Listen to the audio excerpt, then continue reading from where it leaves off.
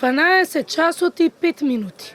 На плоштадот Македонија тишина, на моменти прекината од плач на родителите, роднините и граѓаните кои дојдоа да им дадат поддршка на маршот за нивните загинати, 63 ангели во пожарот во дискотеката Пулс во Кочани.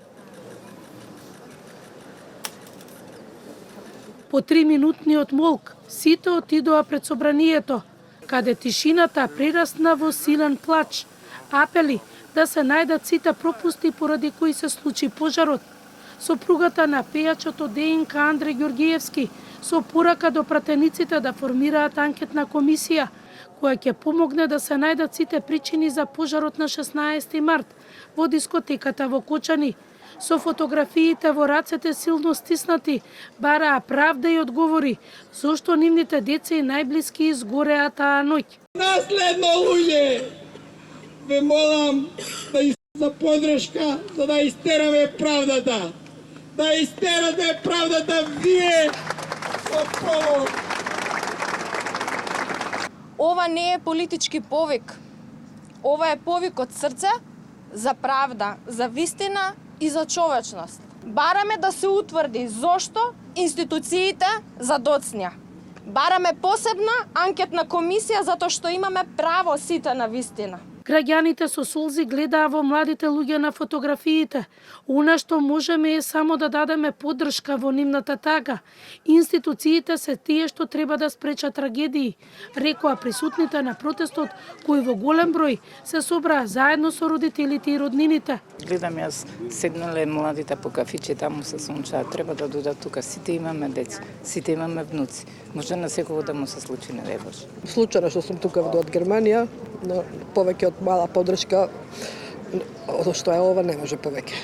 Кога повеќе треба да жалиме овие 63 жртви што не отидоа, или тие што останаа живи, каков живот ќе имаат понатака.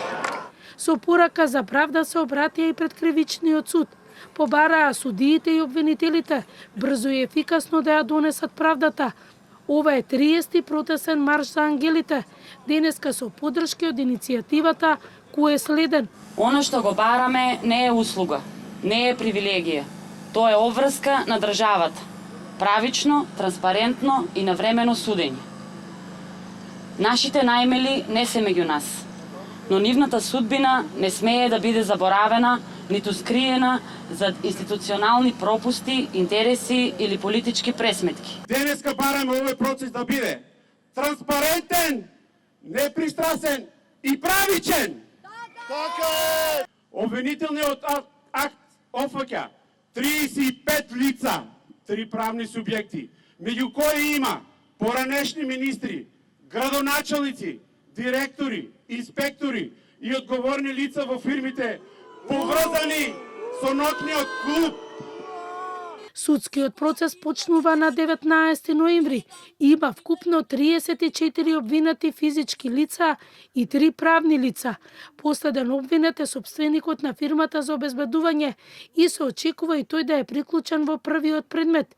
Инаку за случајот што го води обвинителството за организиран криминал и корупција, за осомничените полициски службеници се очекува обвинението на почетокот на декември.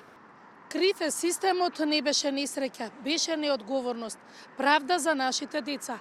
Родител на загинато дете го остави овој транспарент, со порака да се памети вакви несреќи да нема, а судењето да биде правично.